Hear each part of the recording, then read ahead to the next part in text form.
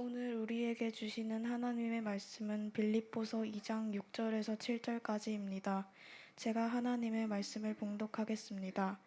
그는 근본 하나님의 본체시나 하나님과 동등됨을 취할 것으로 여기지 아니하시고 오히려 자기를 비어 종의 형체를 가지사 사람들과 같이 되셨고. 아멘.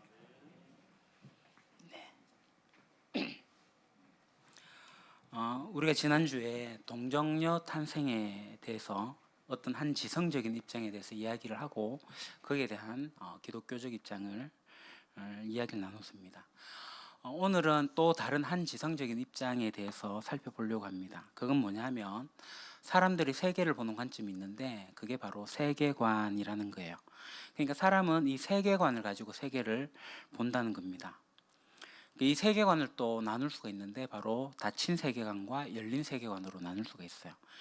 제가 이게 얘기하는 게 아니고 손봉호 교수님이 쓴 책인데 이 세계관 특강의 책에 보게 되면 이 2장에 그렇게 이야기하고 있습니다. 닫힌 세계관은 이제 여러 가지로 이야기할 수 있겠지만, 그러니까 모든 것을 이성으로 생각하고 그 원인이 있으면 결과가 있고 또 이 자연적인 지금 세상 모두가 전부다라고 보는 그런 입장입니다. 그러니까 과학 일변도의 물리주의 입장인 거죠. 여기에 비해서 이제 열린 세계관은 여기뿐만 아니라 더해서 플러스 초자연적인 것이 이 자연적인 인과관계 속에 개입할 수 있다, 이렇게 보는 입장이 열린 세계관입니다.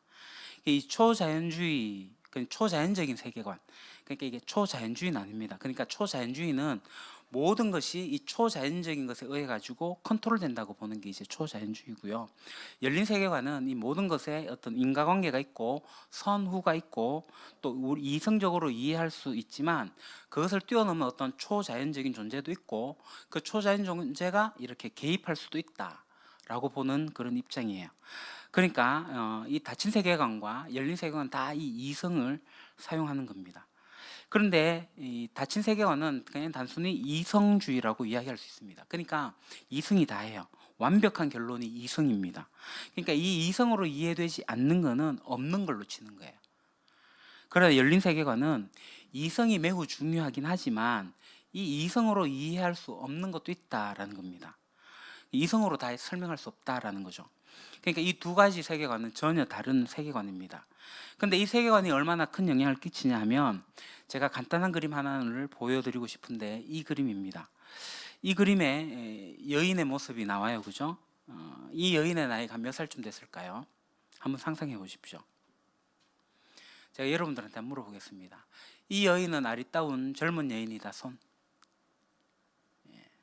내리시고요. 아니다. 이 여인은 늙은 노파다. 손. 손 내리시고요. 이 그림은 매우 유명한 그림이에요. 여러분들이 오늘 보신 게 처음이 아닐 거라 생각하는데 이 그림은 보기에 따라서도 달라집니다. 젊은 여인으로 보이기도 하고요. 늙은 노파로 보이기도 합니다. 제가 설명드릴게요. 젊은 여인은 이 코고 턱이고 목이고 뭐 목걸이는 아니지만 여튼하고 이렇게 해서 어깨가 있는, 여기 귀가 있는 머리카락에서 저쪽 면을 보고 있는 왼쪽 모습 여인이죠. 그죠? 그렇게 보이시죠? 자, 늙은 여인으로 보신 분들은 이게 머리카락이고 쭉 여기 눈이고 코가 이렇게 내려와요. 그리고 여기 입이고 여기 턱입니다. 이게 머리고. 보이시나요? 그러니까 어떻게 보면 아주 젊은 여인으로 보이기도 하고 또 경우에 따라서 매우 늙은 매부리 코를 가지고 있는 노파로 보일 수 있습니다. 제가 이제 문화중학교에 수업을 나가게 되면 항상 학생들에게 이 그림을 보여주고 이야기를 나눴어요. 뭐가 보이니 하면 아이들이 당연히 젊은 여인이죠, 이런 거예요. 당연히 젊은 여자죠, 아가씨죠. 그래서 제가 왜 당연이란 말이 붙는지는 잘 모르겠지만 아이들은 그게 당연하다고 보는 거예요. 그러니까 자기가 보는 관점에 따라 가지고 그 보는 거예요. 물론 이 그림은 교묘하게 조작된 그림입니다. 만약에 여러분들이 우리가 젊은 여성에 대한 이야기를 막 하다가 이 그림을 보게 되면 젊은 여인이 보이게 될 거예요. 근데 만약에 넓은 노파, 그러니까 그것도 코가 메부리 코처럼 그런 노파 이야기를 막 하다가 이래 보면은 또 그렇게 보이게 될 거죠. 그러니까 여러분, 세계관이라고 하는 게 뭐냐 하면 우리가 세상을 읽는 지도인 거죠. 우리 마음속에 있는 거고요. 그러니까 이 세계관의 특징이 뭐냐면 우리가 그것을 받아들이게 될 때 무비판적으로 받아들이는 겁니다. 그러니까 필터링 없이 그냥 내가 받아들이는 거죠. 아니, 그러면 나만의 필터링을 가지고 바라보는 입장이라고 생각할 수가 있습니다.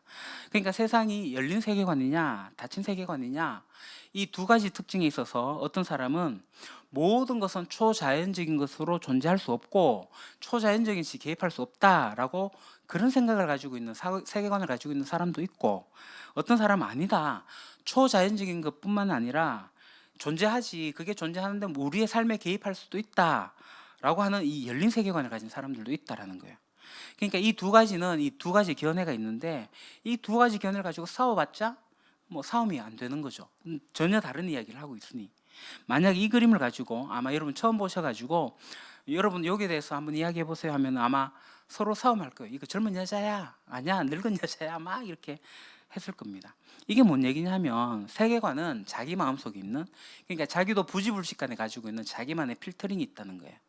자기만의 하나의 틀이라는 거죠. 그걸 우리는 중거 틀이라고 합니다. 그러니까 이 중거 틀로 우리는 세상을 이해하는 겁니다. 그러니까 우리가 이야기하고 있는 것은 뭐냐면 기독교라고 하는 것은 열린 세계관이에요. 자, 여기에서 실제로 이 동정녀의 탄생에 대한 해석을 우리 이 열린 세계관으로 접근해 나가야 된다는 얘기입니다. 세계관은 사람들에게 여러 가지 시각을 제공하고 그 일종의 패러다임 같은 것으로 우리의 생각을 지배하는 겁니다. 그러면 성경이 뭐라고 얘기하는지 우리가 이제 좀 살펴보면서 이 동정녀 탄생에 대한 이야기를 좀 정리하려고 해요. 자, 성경이 일관되게 주장하고 있는 게 뭐예요? 세상은 열린 세계관이라는 거죠. 그러니까 성경이 처음부터 이야기하는 게 뭐예요? 하나님이 존재하신다는 거예요. 그 초자연적인 존재가 있다라는 거예요. 초자연적인 하나님이 존재하신다. 그러니까 우리의 이성으로 다 이해할 수 없는 그 신적 존재가 존재하신다는 거예요. 그게 성경이 처음 시작하는 출발점입니다. 그 하나님이 뭐 하셨다고요? 성경 제일 처음에 뭐라고 해요? 천지 창조하신 거예요. 창조하셨고, 이게 세상을 창조해 놓고 하나님이 뭐 해요?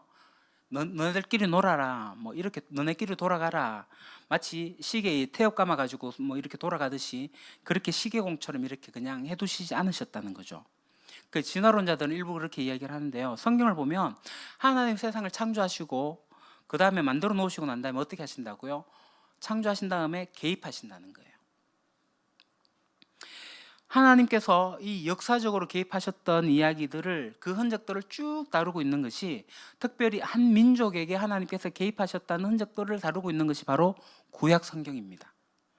그래서 성경 전체가 계속 강조하고 있는 것은 하나님은 저 하늘 높은 곳에서 우리 인간에 대해서 무관심하신 분이 아니라 지속적으로 우리 인간의 역사와 삶 속에, 우리의 문화 속에, 우리의 사회 속에 개입하시는 분이라는 겁니다.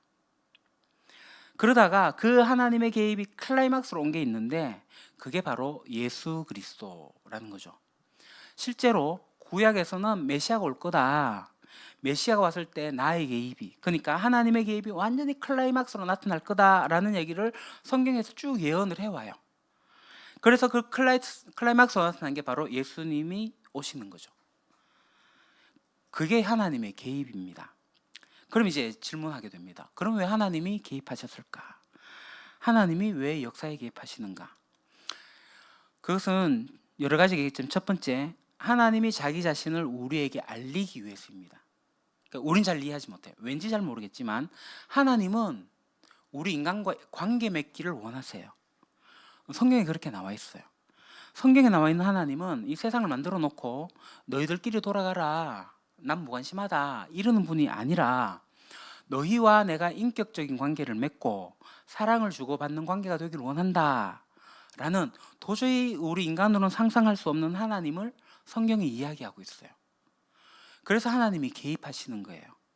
역사 속에 사람을 사랑하시고 민족을 사랑하시고 나라를 사랑하시고 문화를 사랑하시기 때문에 이렇게 개입하신다는 거죠. 그래서 하나님이 그렇게 개입하시면서 그렇게 하기 위해 가지고 하나님이 누군지를 알려줘야 되잖아요. 그래서 실제로 하나님은 인간의 몸을 입고 오셨어요. 사람의 모습을 가지고 설명해 주는 게 제일 쉽잖아요. 자, 다른 사람들이 뭔가를 이해하지 못할 때 쉽게 설명해 주는 좋은 방법은 뭐냐면 상대방이 이해하는 것으로 이야기해 주는 겁니다. 음악을 하시는 경우라면 음악을 예로 든다든지, 축구를 좋아하면은 축구를 예로 든다든지, 상대방이 가지고 있는 관심사로 이야기하면 금방 이해가 되는 거예요. 하나님이 우리 인간에게 접근하실 때 가장 좋은 방법은 뭐냐면, 가장 효과적, 효율적으로 할 수 있는 방법이 뭐냐면 그 하나님이 인간이 되시는 거였어요. 그래서 예수님이 오신 겁니다. 내가 어떤 신이다, 내가 어떤 하나님이다 라는 걸 알려주기 위해서 예수님이 오셨어요. 자, 오늘 본문입니다. 같이 한번 읽어볼까요? 시작. 그는 하나님의 모습을 지니셨으나 하나님과 동등함을 당연하게 생각지 아니시고 오히려 자기를 비워서 종의 모습을 취하시고 사람과 같이 되셨습니다. 그는 사람의 모양으로 나타나셔서. 아멘. 하나님이 사람과 같이 되셨어요. 실제로 이제 다른 종교 같은 경우에 저는 다른 종교도 가치가 있다고 봅니다. 그러나 이 다른 종교가 갖고 있는 한계가 있는데, 그게 뭐냐면 우리 인간이 끊임없이 그 종교의 대상을 계속 찾아가는 거예요. 그러니까 아까 제가 얘기한 것처럼 신이 이 세상을 만들어 놓고 집어 던져 놓은 신인지, 아니면 우리에게 찾아와서 인격적 관계를 맺는 신인지, 아니면 그 신이 혹시 나인지, 아니면 우리가 밟고 있는 이 세상, 자연, 그 모든 것이 신인지, 그러니까 우리가 막 추구해 나가면서 그것을 알 수 있을지 없을지 그거는 잘 모르겠어요. 그래서 사람들이 그 신을 막 찾아가는 거예요. 더듬어서 찾아가는 거죠. 그러니까 다른 종교들은 그 신을 찾기 위해서 고행도 하고 수행도 하고 여러 가지 많은 학습도 하고 관찰도 하고 그러면서 종교가 발달해 왔어요. 사색을 하면서, 명상을 하면서. 그래서 이 종교들은 인간의 어떤 가치들, 그러니까 인간의 문화적인 산물로 나타난 거라고 보는 거죠. 특별히 동양 철학계 경우에 그렇습니다. 근데 생각해 보십시오. 우리가 사색하고 고행하고 수행하고 명상해가지고 그 신을 알아갈 수가 있습니까? 만약 그래가 그 신을 알면 그 신이 신이라고 할 수 있을까요? 근데 성경의 하나님은 우리가 찾아가는 게 아니라 그분이 직접 찾아오셨다고 얘기하는 거예요. 당신이 어떤 분인지 알려주기 위해서 오셨다는 거예요. 그냥 숨어있는, 꼭꼭 자기를 숨겨놓고 있는 하나님이 아니라 자신을 드러내 보이는 하나님, 그걸 알려주고 싶어하는 신이라는 거예요. 그래서 하나님이 인간의 몸을 입고 오신 거예요. 이 땅에 개입하고 오셨다는 거죠. 그러니까 하나님이라고 하는 초자연적인 존재가 우리 인간의 역사 속에 개입한 가장 클라이막스한 사건이라고 하는 거죠. 그뿐 아니라 예수님께서 이 땅에 오신 것은 그렇게 오신 것을 통해 가지고 사람들과의 관계를 회복하기 위해서라고 얘기를 하고 있습니다. 그러니까 인간과 하나님과의 관계가 어떤 관계였냐면 적대적인 관계예요. 하나님을 잘 알지도 못하고 더듬어서 알 수도 없는 그런 상황에서 문제는 인간에게 있잖아요. 인간이 죄를 지었거든요. 그 죄가 뭐냐면 하나님이 주인인데 그 주인이신 하나님을 무시하고 내가 중심이 돼서 그 인간의 모든 문제를 내가 해결하기 위해서, 근데 해결되진 않고, 그러니까 인간이 지불해야 대가가 있는 거예요. 그 하나님에 대한 반역이거든요. 하나님 무시했으니까. 이거는 우주적인 반역입니다. 사실은 우리 인간이 하나님께 보이고 있는 태도는 그냥 이 개인적인 수준에 넘어서서 우주적인 반역이에요. 만약 정말 하나님이 계시다면 이 문제를 해결하기 위해서, 이 반역의 문제를 해결하기 위해서 우리가 아무것도 없던 것처럼 그렇게 할 수가 없는 거예요. 괜찮다 이렇게 할 수가 없어요. 하나님이 그냥 눈 감고 다 없던 걸로 해줄게 이렇게 하지 않으신다는 거예요. 왜냐하면 하나님은 공의의 하나님이기 때문에 그래요. 그러니까 틀린 건 틀린 거고 틀린 것에 대한 대가를 지불해야 된다는 거예요. 그게 공의거든요. justice. 그 하나님은 또한 사랑이 있어요. love. 그러니까 하나님의 공의와 사랑, 이 두 가지는 떼려야 뗄 수 없는 두 가지고, 그것이 곧 예수님의 성품이고 하나님의 성품이에요. 공의와 사랑. 그래서 이 예수님이 이 저스티스, 공의를 만족시키기 위해서 우리 대신에, 그러니까 나 대신에 내가 죽어야 되는데 나 대신에 누가 죽었다고요? 예수님 대신 죽으셨다는 거예요. 이게 이제 성경의 가장 기본적인 얘기입니다. 그래서 예수님이 오셨다는 거예요. 예수님이 오신 이유는 두 가지인데, 하나는 하나님을 알리기 위해서, 하나님이 어떤 분인지 알리기 위해서 오셨고, 두 번째는 뭐예요? 죽기 위해서 오신 거예요. 사실은 그래서 놀랍게도 성경은 우리가 마가복음 우리가 읽고 있지만 마태, 누가, 요한 이 복음서를 보게 되면 이 책에 분량의 3분의 1 정도를 거의 다 예수님이 죽으시는 과정을 쓰고 있어요. 그러니까 예수님이 죽으시는 과정이 딱 일주일의 이야기를 3분의 1 분량을 쓰고 있다니까요. 그러니까 예수님의 인생을 보통 33년 뭐 조금 더 된다고도 이야기를 하는데, 그러니까 예수님 33년 인생 중에 3분의 1을 그 일주일을 딱 쓰고 있다는 거죠. 왜냐하면 예수님이 죽으러 오셨기 때문에 그런 거예요. 자, 그럼 이 열린 세계관으로 본 이제 동정녀 탄생을 생각해 봅시다. 그것은 하나님이 자기 자신을 이 세상에 나타내기 위해서, 하나님 우리 인간 속으로 오시게 될 때에 어떻게 오셔가지고 어떤 방법으로 오셨을까 하는 거예요. 그건 하나님 자유죠. 그러나 여기서 나타난 하나님의 방법은 보통 우리 사람들의 남자와 여자 일반적인 방법으로 사람이 태어나게 해서 그런 방법으로 오지 않으셨다는 거예요. 만약에 그런 식으로 오셨다고 한다면 차라리 왕으로 오든지 그 시대에 로마 황제로 오시든지 그렇게 했을 수도 있습니다. 근데 하나님 택한 방법이 참 이상해요. 하나님이 일개 여자에게 그것도 초자연적인 방법을 임하셨어요. 그게 하나님이 인간의 역사에 개입했다라고 하는 걸 나타내는 그 드러내주는 하나의 사인과 같은 거죠. 만약에 예수님이 제가 제 아내와 뭐 이렇게 해서 지호를 낳는 것처럼 만약에 그렇게 해가지고 낳은 아이가 어떻게 하나님이다, 예수님이다, 하나님이다, 똑같은 인간인데 어떻게 그걸 받아들일 수 있겠냐는 거예요. 잘 생각해 보십시오. 요셉과 마리아가 실제로 해서 아이가 낳는데 어떤 신비감이나 이 아이에 대한 어떤 기대감이나 이 하나님에 대한 것을 어떻게 할 수 있겠어요? 어느 날 얘가 자라나가지고 내가 그렇다라고 얘기하면 그 부모조차 이걸 받아들일 수 있겠냐는 거예요. 논리적으로 볼 때 만약에 하나님이라는 분이 자기 자신을 우리에게 드러내 보이시기 원한다면, 그냥 우리가 똑같은 인간의 모습으로 오신다고 한다면 조금은 특별한 모습으로 오셔야 되지 않을까. 그냥 아래서 태어나는 이런 거 말고요. 인간의 방법을 택하시되 조금은 다른 특별한 방법.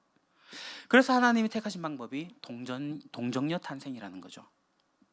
그뿐만 아니라 이 동정녀 탄생을 잘 들여다보면 물론 이 우화적인 모습이 있는 것 같기도 하지만 실제로 이 세상을 이끌어 가시는 그 하나님이 어떻게 일개처녀에게서 나올 수 있냐는 거예요. 일개처녀에게. 그것도 태어났을 때는 어디 누울 데도 없어서 고유에 누워진 상태, 그런 신세였어요.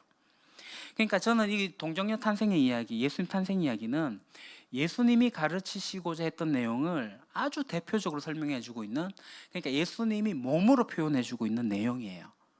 예수님이 어떤 분이세요? 예수님은 우리같이 평범하고 어쩌면 하찮게 여겨지는 사람들을 찾아오시는 그런 분이라고 성경은 이야기하고 있습니다.